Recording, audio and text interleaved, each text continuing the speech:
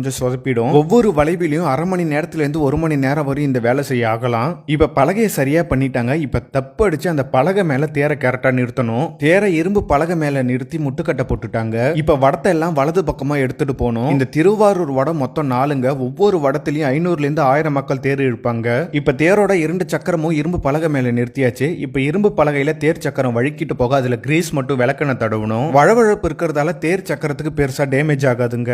தேரோட ஒரு வடத்தை மட்டும் அங்க உள்ள புல்ட்ரோசர்ல இணைச்சிடுவாங்க. இப்ப கிரீஸ் விளக்கெண்ணெல்லாம் கரெக்டா தடவியாச்சு. இப்ப தேரை திருப்ப வேண்டியதுதான். ஆயிரக்கணக்கான மக்களும் சக்தி வாய்ந்த புல்ட்ரோசரும் ஒரு சேர தேரை இழுப்பாங்க. அரூரா தியாகேசானுங்கிற சத்தம் எழுப்ப தேர் அழகா வளைஞ்சு வரும் பாருங்க. காண கண்கள் கோடி வேணுங்க. அவ்வளோ அழகா இருக்கும். தேர் கரெக்டா வளைஞ்ச உடனே சரியா முட்டுக்கட்டையை போட்டுடணும், இல்லைன்னா தேர் நகர்ந்துரும். தேர் வளைஞ்சு நின்னுடனே போடுவாங்க பாருங்க ஒரு ஆட்டம். ஆகா, அவ்வளோ அழகா இருக்குங்க. தேர் சக்கரம் எப்படி வழுக்கிட்டு வருதுங்கிறத நீங்க பாருங்க. தேரை திருப்பும் போது பின் சக்கரம் நகரவே கூடாது. அதனால இப்படி கஷ்டப்பட்டு முட்டுக்கட்டை போட்டு அதை நிறுத்தியே வைப்பாங்க.